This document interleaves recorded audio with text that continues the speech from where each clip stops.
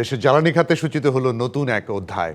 পারমাণবিক বিদ্যুৎ উৎপাদন কেন্দ্রের যুগে প্রবেশ করেছে বাংলাদেশ। রূপপুর পারমাণবিক বিদ্যুৎ কেন্দ্রের প্রথম ইউনিটে শুরু হয়েছে পরমাণু জ্বালানি বা ইউরেনিয়াম লোডিং। বেলা 3:30টার পর আনুষ্ঠানিকভাবে এই বিদ্যুৎ কেন্দ্রের প্রথম ইউনিটে জ্বালানি বা ইউরেনিয়াম লোডিং শুরু হয়। এর মাধ্যমে বাংলাদেশ বিশ্বের 33তম দেশ হিসেবে পরমাণু শক্তি ব্যবহারের চূড়ান্ত ধাপে প্রবেশ করল। আমাদের সঙ্গে অতিথি হিসেবে সরাসরি যুক্ত হয়েছেন জ্বালানি বিশেষজ্ঞ ডক্টর ইজাজ হোসেন। ডক্টর ইজাজ হোসেন, আপনাকে স্বাগত।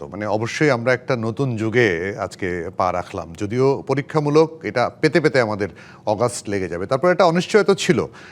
আপনার বিশ্লেষণ শুনতে চাই যে এর ফলে আমরা বিদ্যুতের ক্ষেত্রে একটা বড় একটা বৈপ্লবিক পরিবর্তন হলো বলে কি মনে হয় কিনা আপনার? ধন্যবাদ। এটা অবশ্যই একটা বৈপ্লবিক একটা জিনিস ঘটলো আমাদের দেশে। এটার দুটো কারণ আছে। একটা কারণ হচ্ছে যে আমরা সাংঘাতিক রকম এনার্জি ইনসিকিউরিটিতে ভুগছি। হ্যাঁ, সাংঘাতিক রকমের। হ্যাঁ, কারণ আমরা ঠিকমতো আমাদের বিদ্যুৎ প্রস্তুত করতে পারছি না গ্যাসের অভাবে। তো আমাদের আরেকটা উৎস দরকার ছিল, এবং এটাই one of the very good উৎস, যে এই নিউক্লিয়ার ফিউল। তবে একটা ব্যাপার রয়েই যায়, যে এইটার ব্যাপারে যে ঝুঁকি, যেই রিস্ক বলি আমরা অ্যাক্সিডেন্টের, সেটা থাকলো। এটা ইন্ট্রোডিউসড হলো আজকে থেকে। তো দুটোই হলো সাইমালটেনিয়াসলি। তা আমাদেরকে ওটা বুঝে আগাতে হবে যে আমাদের এটা রিস্ক আছে। তো অবশ্য মডার্ন মানুষ আমরা সব রকম রিস্ক নিয়েই বেঁচে আছি। তো ওইটা নিয়ে আমরা ওইভাবে চিন্তা করার দরকার নাই। আরেকটা যেটা বিষয় হচ্ছে ক্লাইমেট চেঞ্জের বিষয়, যেটা আমরা নেট জিরো এমিশন কমাবার চেষ্টা করছি, কার্বন এমিশন। সেই কার্বন এমিশনের আগে কিন্তু এটা অ্যালাউড ছিল না, এই নিউক্লিয়ার পাওয়ার প্ল্যান্ট। কিন্তু এখন তারা দেখেছে যে নবায়নযোগ্য বিদ্যুৎ, যেটা বলি সোলার টোলার, এগুলা দিয়ে অত সহজে নেট জিরো করা যাবে না, ওর সময় লাগবে। তো নিউক্লিয়ার পাওয়ার প্ল্যান্টটা সেই অর্থে এখন গ্রহণযোগ্য উপায়, যেখানে আমরা নেট জিরো আর কার্বন এমিশন কমাতে পারি। সো আমাদের একটা এনার্জি সিকিউরিটি বাড়লো, প্লাস আমাদের এই কার্বন এমিশনটা দেশেরও কমলো।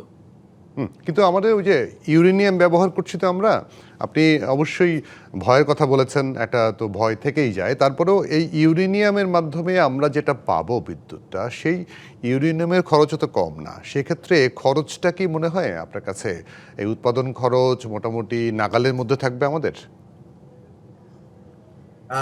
ধন্যবাদ। ইয়েস, আপনি যেটা বলেছেন, ইউরেনিয়ামের তো খরচ একটা আছে, কিন্তু ইউরেনিয়ামের খরচাটা পার ইউনিট বিদ্যুতে আমি যদি অন্য যে কোনো বিদ্যুতের সাথে কম্পেয়ার করি, সেটা অনেক কম। আমি একটা উদাহরণ দিই। এটা হয়তো দেখবেন যে পার ইউনিট বিদ্যুৎ, যেটাকে আমরা কিলোওয়াট আওয়ার বলি, এটা হয়তো 3 টাকা পড়বে এখানে। হ্যাঁ, ইভেন কয়লাও আমাদের পড়ছে ধরেন 6-7 টাকা, ডাবল। গ্যাসও অনেক পড়ছে, আর ফার্নেস অয়েল তো আরো অনেক বেশি পড়ে। তো আপনি যদি সেইভাবে বিশ্লেষণ করেন, তাহলে এটা ইউরেনিয়ামের কস্টটা খুব হাই না। কিন্তু আমাদের যে আমরা যে লোন নিলাম, আমরা রাশিয়ার থেকে যে পুরোটা লোন নিলাম, সেটা সেটা তো আমার শোধ করতে হবে। হ্যাঁ, এক্স্যাক্টলি। আমরা যেটা বলি যে ক্যাপাসিটি চার্জ। হ্যাঁ, ক্যাপাসিটি চার্জ শব্দটা আপনাদের দেখছেন সব সময় সবখানেই বলা হচ্ছে। এটার ক্যাপাসিটি চার্জটা কিন্তু অত্যন্ত হাই, অত্যন্ত হাই। কিন্তু ব্যাপার হচ্ছে, এগুলা হচ্ছে বেস লোড পাওয়ার প্ল্যান্ট। এগুলাকে আপনাকে চালাতেই হবে। এগুলো বন্ধ করা যাবে না। যদি বন্ধ করেন, ওই হিটটা ফেলার জায়গা নাই, এরকম আর কি। হ্যাঁ, তো আপনাকে ওইটা সারা বছর প্রায় 90% আপনার এটা চালিয়ে যেতে হবে, এবং এটা থেকে প্রচুর বিদ্যুৎ পাবো, আমরা প্রচুর বিদ্যুৎ পাবো, এবং সেটা আমরা ব্যবহার করতে পারবো। সেদিকে ঠিক আছে, কিন্তু ওই ক্যাপাসিটি চার্জটা এটার হাই। কিন্তু এই যে আমরা যে কাঁচামাল ইউরেনিয়াম, সেটার প্রাপ্তির ব্যাপারটা কি সহজ হবে কিনা? এটা একটা কমপ্লিকেটেড কোয়েশ্চেন, কারণ আমরা এটা তো আর মার্কেটে গিয়ে কেনা যায় না, ঠিক না? আমি যেটা ভালো লাগলো, যেটা কম দাম, আর যে যে তারপরে এখন রাশিয়ার সাথে রিলেশনশিপের একটা সমস্যা থাকতে পারে। হ্যাঁ, আমরা দেখেছি ইন্ডিয়া এক সময় আমাদের খুব ঘনিষ্ঠ ফ্রেন্ড ছিল। রাশিয়ার সাথে সমস্যা মানে হচ্ছে রাশিয়ার থেকে তেল নিতে হলেও নাকি এখন যুক্তরাষ্ট্রের অনুমতি লাগে, তো সমস্যা তো ব্যাপক। হ্যাঁ, সমস্যা ব্যাপক। নিউক্লিয়ারের ব্যাপারে হয়তো ওই নিষেধাজ্ঞাটা দেবে না।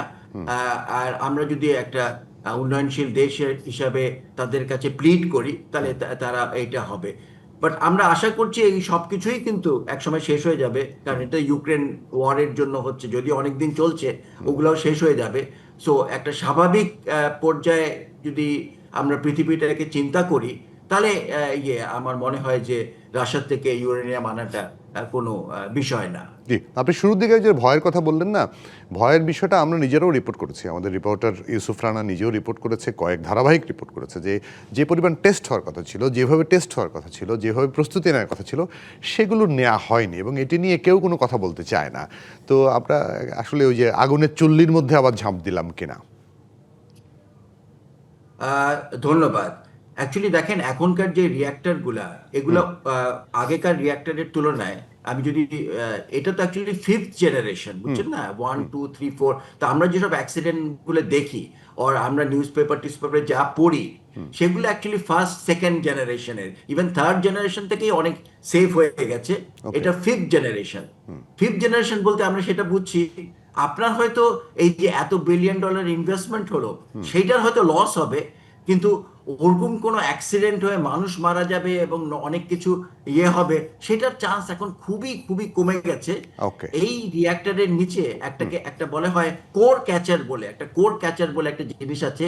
যদি কোনো সময় কোনো এমন কোনো অসুবিধা হয় যেখানে আমরা মনে করছি বিরাট কিছু অ্যাক্সিডেন্ট হতে পারে, তখন আপনি ওই কোডটাকে যদি রিলিজ করে দেন, তখন ওই কোডটা নিচে একটা কোর ক্যাচার আছে, সেই কোর ক্যাচারটা এটাকে ধরে ফেলবে এবং আপনার আর কোনো